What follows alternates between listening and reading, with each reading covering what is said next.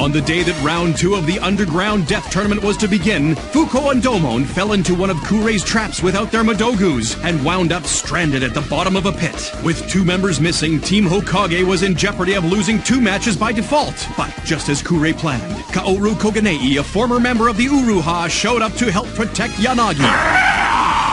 And now, in his first match, Koganei is shocked by his opponent Shiju, who has undergone a strange metamorphosis. Isang malupit na kaparusahan.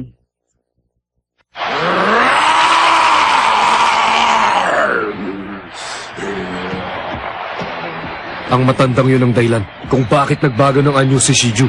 Naging masahol pa sa halimaw ang kanyang itsura. Si Shiju ay wala ng bahid ng pagiging tao. Isa na siya ngayong chimera. Ano ba yung chimera? Ay, naku, tita! Iba na lang ang tanongin mo tungkol dyan! Dahil alam ko ibig sabihin ng chimera. Chimay na mapera! Kanino ka ba talaga nagmana, Kondo? Ito'y isang organismo mula sa 2 o higit pang cells at nabuo dahil sa prosesong mutation. Diyan inilabas ni Genjuro ang kanyang galing sa psychic surgery. Psychic surgery? Sa pamamagitan ng kanyang mga kamay at aura, nagagawa niyang baguhin ang anyo ng isang nilalang. Pero si Genjuro ang tunay na naghahari sa kanilang lahat.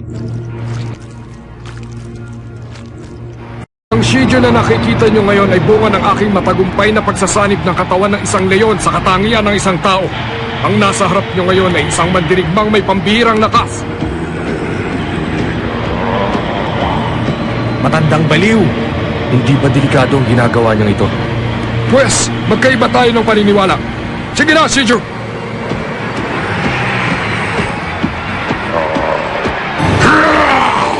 Ipakita mo sa kanila ang iyong tunay na lakas at bilis!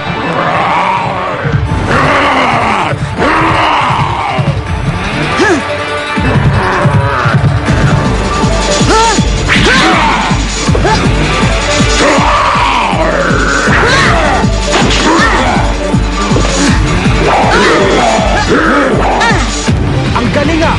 Mas mabilis pa rin si Lorcan kesa kay Shiju! Mukha yatang nakalimutan mo magmamanicure at ang pedicure! Ngayon ako naman! Kuka na ang kill ka-4 na anyo! Ni Kazuki! Etong sayo! Ano ka ba? Ginagawa mong madali para sa akin ang labang ito ah!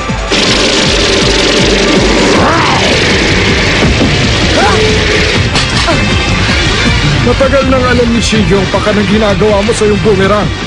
Hindi nahugas sa kanya ang pandaraya mo yan. Yan ang akala mo!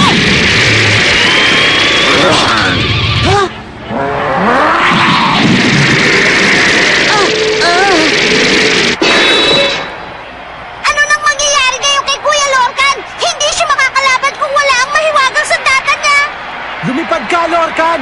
Ikampay mo ang kamay mo para mabot mo na ang Kogan Anki mo! Alam mo ba kung ano sinasabi mo? Tao lang si Lorcan, hindi ibon! Paano naman siya makakalipad? Lorcan, sa taas mo! Ha?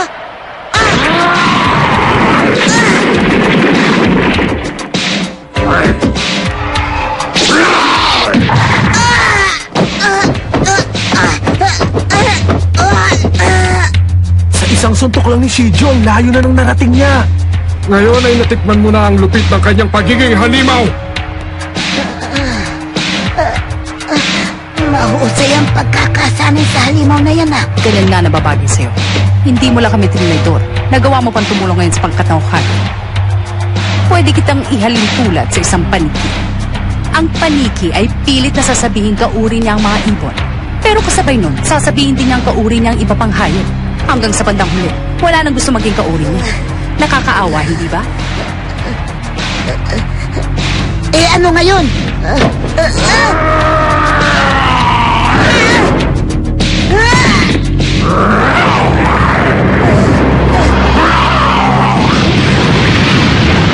Lorcan! Nakakapanghinayang, hindi ba, Raiha? Isipin mo na lang na inalagaan ko ng gusto ang batang yan. Ngayon wala na siyang mahiwagang sandata. Makakaya pa kaya niya ang manalo sa laban?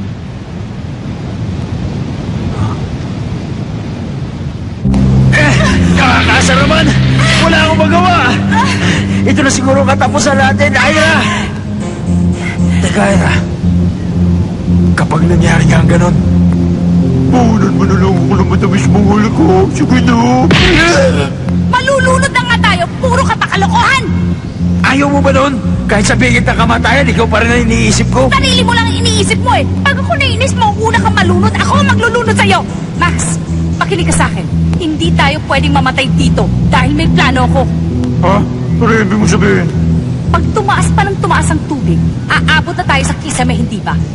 Siguro naman, kaya mo nang buwagin ang kisame sa pamamagitan ng iyong kamao. Tama ba ako? Tama ka, Ira. Ngayon makakalabas na tayo sa patibong nito. Malaki ang tiwala ko sa'yo, Max. Kayang-kayang wasakin ng kamuha ko ang kisaming yan.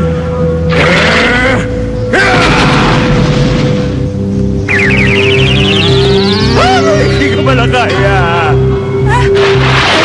Max!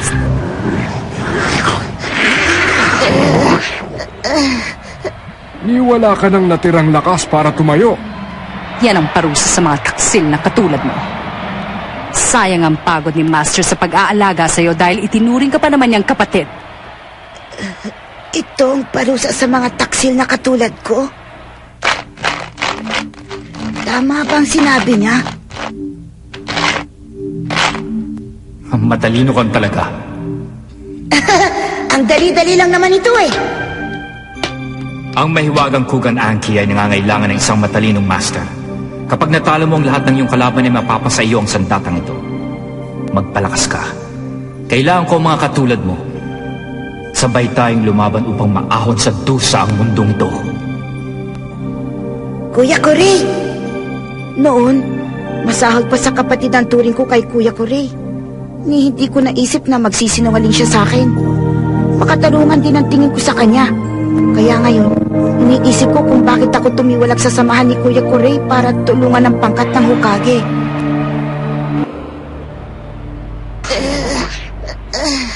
Ano ba? Huwag ka na magpahinga dyan, Lorcan! Alalahanin mo, nandito ka para tulungan kaming mailigtas ang aking prinsesa, hindi ba? Si Ate Ana Yanagi nga pala. Pero bakit? Di bang sabi mo sa akin hindi mo sasaktan si Ate Ana? Kailangan ko siya para sa aking eksperimento. Wala akong pakialam kahit anong mangyari sa kanya. Tumigil na kayo! Ha? Talagang bata ka pa nga.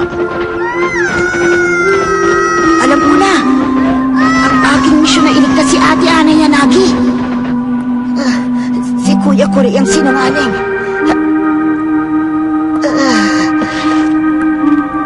Siya ang taksil. Siya rin ang humiwalay sa akin. Kailangan kong malaman kung bakit niya nagawa ito sa akin. Kailangan kong malaman.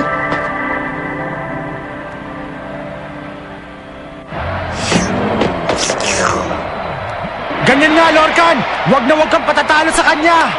Nararamdaman kong may isang batang hindi na muling gagalaw sa mundong ito. Ito na ang takdang oras.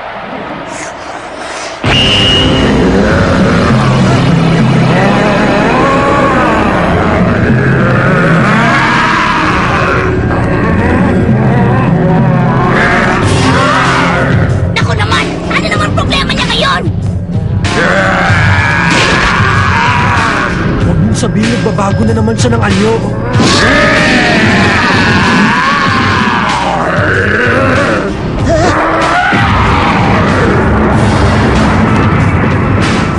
Ipagpaumanhin mo, kailangan ng kaunting panahon para tumubo ang kanyang mga pangil.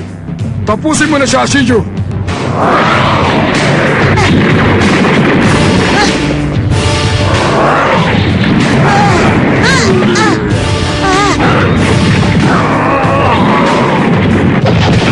Wala siyang magawa para madepensahan ang kanyang sarili. Mukhang nadagdagan din ng bilis ang kanyang kalaban. Sigurado akong matatalo na siya! Hindi ako patatalo kay Shiju. Hanggat hindi ko nakikita si Kuya Corey at hindi nasasagot ang mga tanong ko, hindi ako pwedeng matalo!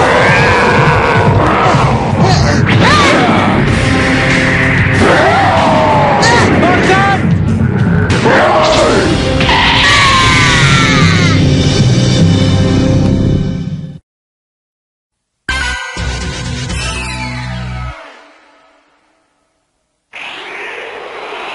Kogan Ngayon, tapos na ang laban. Wala na siyang ibang pupuntahan kundi sa itaas. Naipit na ng gusto si Lorcan.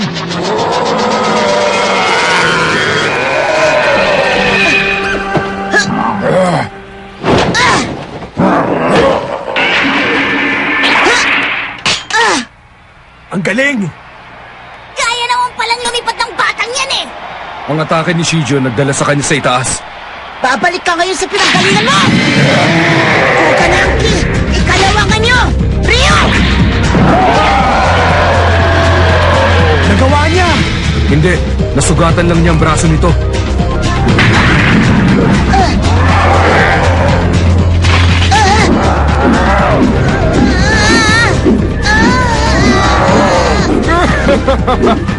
Ang buong akala mo ba'y matatalo mo na ako? Higit pa sa akala!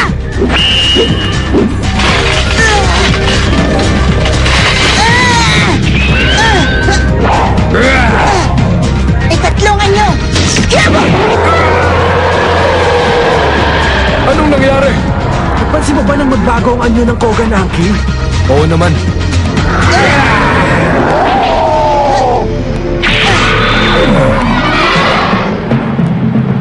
Ang panlimangan nyo! An!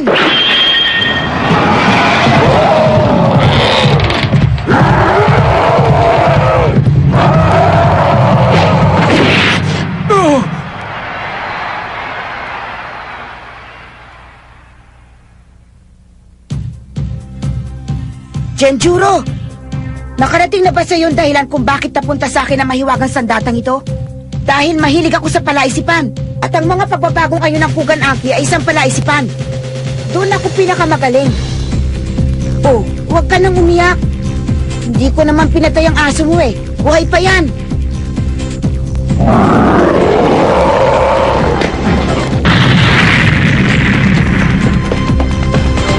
Ang nanalo? Si Lorcan! Kuya Lorcan! Lorcan! Ang galing-galing mo naman pala eh! Kahit malakutong lupa, kayang-kayang talunan ang halimaw! Hindi nga ako pinagpawisan eh. Kung tutuusin nga, mas magaling pa ako sa'yo.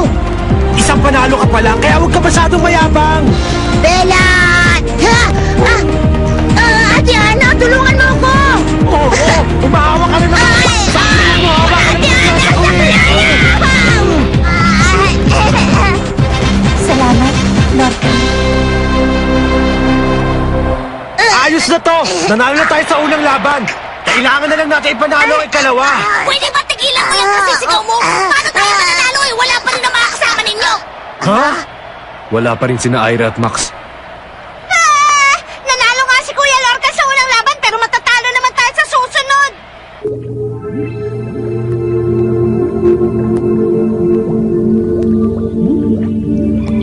Hindi. Hindi ko na kaya.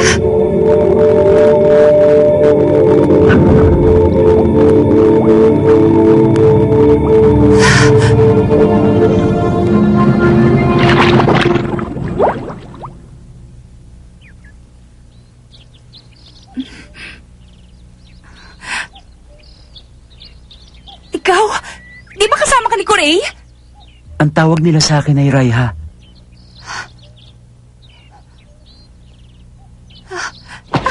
Ay kung kasama ka ni Corey, bakit mo kami tinulungan? Hindi namin layunin na patayin kayo. Ang layunin namin ay pigilan kayo ng ilang oras upang mapilitan lumabas si Lorcan at sumama sa inyo. Alis na ako. Si Lorcan? Ang batang yun?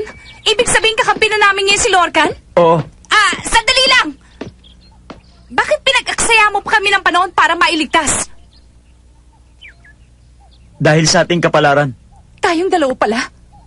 Ang iyong mahiwagang Fujin at ang aking Reijin ay nakatakdang magharap balang araw, kaya hindi ka maaring mamatay ngayon. Ang ibig mong sabihin, hindi tayo maghaharap sa paligsaang ito? Hindi. Sa ibang panahon at ibang lugar, ang kapangyarihan ng ating mga sandata maglalapit sa ating dalawa para maglaban. Sandali lang! Ano kapalaran na sinasabi mo?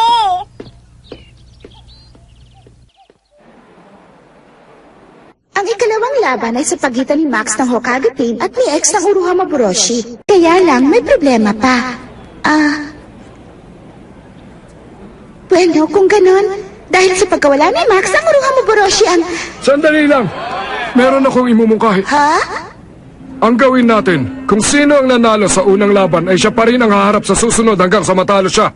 Ha? Sa ngayon, ang bilang ng bawat pangkat ay 3. Kung susundin niyo ang aking mungkahi, maiiwasan natin ang magkaroon ng isa pang laban dahil hindi tayo kailanman maaaring magtabla. Ano sa palagay niyo? Pag tinanggap niyo ang kanyang mungkahi, ibig sabihin lalaban ulit si Lorcan. Hindi naman yata tama yun. Sigurado ako na sa bandang huli, pabor na naman yun sa inyong pangkat. Okay lang. Ang gusto lang naman nila ay masigurado na mawawala ako dahil ako nag-traitor sa kanila. Kung yun ang gusto nila, maluwag kong pakakainin ng alikabok ang mga yan. Wag mo akong pangunahan! Ako ang pinuno ng pangkat na ito! Bilang pinuno ng Hokage team, malugod naming tinatanggap ang iminungkahi niyo. Ang kulit niyo naman eh! Sabi na ako ang pinuno eh! Dahil sa pagsang-ayon ng pangkat ng Hokage sa mungkahi ni Genjuro, ang bahagi nito ay magiging laban kung saan ang matitibay lamang ang matitira. Kaya naman sa ikalawang round ng laban, muling haharap si Lorcan para sa pangkat ng Hokage at si X naman para sa pangkat ng Uruha Moboroshi. Kumusta ka na ngayon, Lorcan? Ha? Sabi ko na nga ba eh! Gideon! Masamang damo kasi kaya matagal mamatay. Sa ikalawang round, Lorcan laban kay Gideon. Simulan na! Sandali lang, Lorcan. Bakit hayaan natin maging ganito ang muli natin pagkikita? Ibang klaseng magpiro ang tadhana. Wala ka namang pakialam kahit anong mangyari sa akin, hindi ba? Isa akong traidor at siguradong may premyo kapag natalo mo ko. Napakasakit mo naman magsalita. Maaring utang ko kay Genjuro ang aking buhay.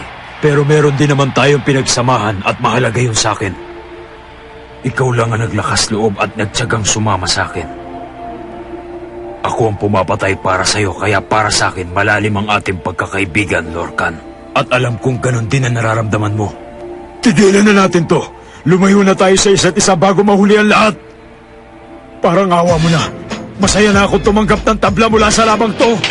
Hindi yan ang usapan natin, Gideon. Utang mo sa akin ang buhay mo, kaya dapat lang nasundin mo ako. Dahil kung hindi sa akin, pataba ka na lang sa lupa. Pwede ba? Tumigil ka dyan! Ah, anong sabi mo? Walang sino man ang pwedeng magputos sa akin. Ano ba yan? Duwag! Lumabang kayo sa isa't isa! Yan ang dapat yung gawin! Tumigil kayo! Kayo ang lalabanan ko! Hindi ako makapaniwalang nagbago na siya. Gideon, alam mo, tama ka eh. Sa totoo lang, wala na rin ako sa kondisyong lumaban eh. Lorcan, Walang halaga sa akin kahit na maging tablang laban na to.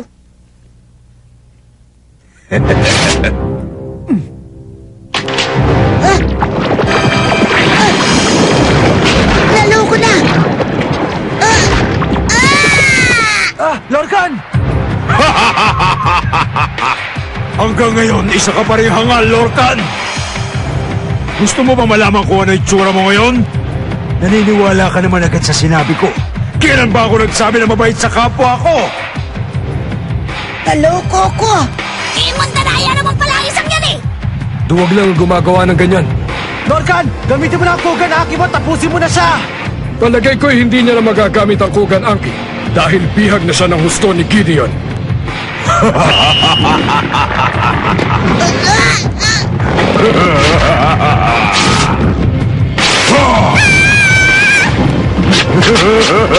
Ano na mangyayari kay Lorcan?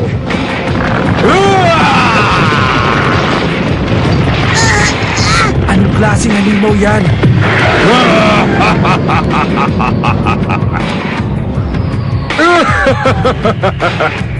Masdan niyo ang bunga ng aking pagiging henyo. Produkto ng psychic surgery. Gawin mo na, Gideon! Tapos ka na, Lorcan! Ngayon, ang buhay mo magpapalago ng aking halaman!